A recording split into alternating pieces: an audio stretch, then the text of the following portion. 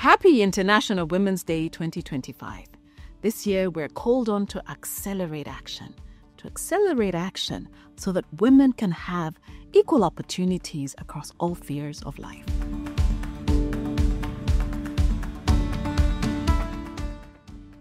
Women come to the cross-border trade marketplace with a unique set. They face a unique set of challenges.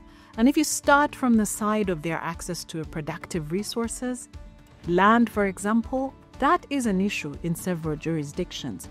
The ability of women to own land, certainly at the scale that can engage in large-scale productive ventures. When you look at financing, for example, there are practices, norms, perceptions that make it difficult for women to access financing, even if we know, and studies confirm, that women pay their debts very consistently.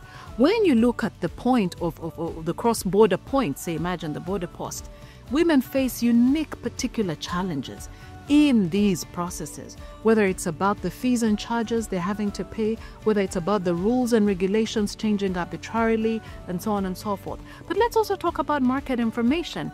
What are the opportunities ashore? How can women utilize them? What about the incentives within these countries that can allow for women to engage in the production at the type of scale that would allow them to engage in cross-border trade? All of these are important issues that women face as they engage in cross-border trade.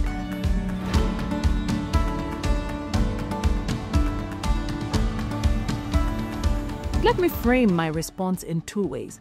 The first one is that financial institutions must have a consciousness in the way in which their business is done that ensures that it speaks specifically to the priorities of women. This is a foundational question. This is a design question. It essentially means that all of the programs, all of the business of these financial institutions must have a gender lens.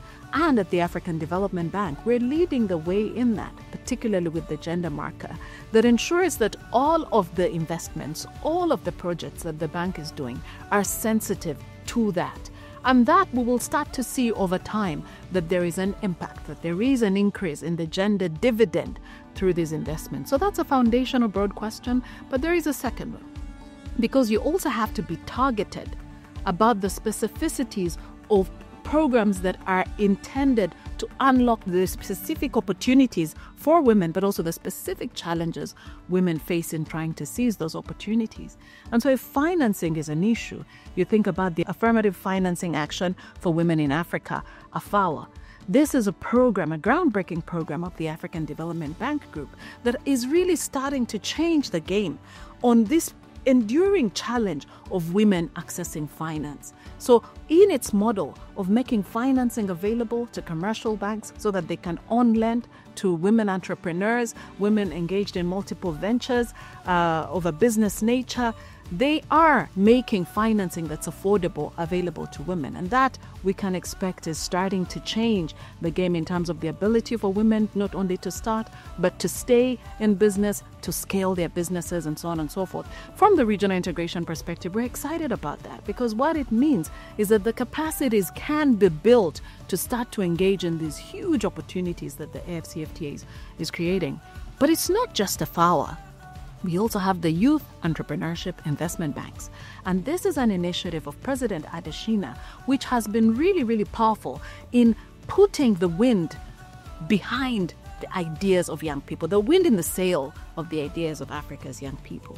And what this means practically is that when young people have ideas, they can transform them into businesses, they can transform them into products, they can transform them into services. It would be a valid business proposition that can start their process of creating incomes and generating wealth.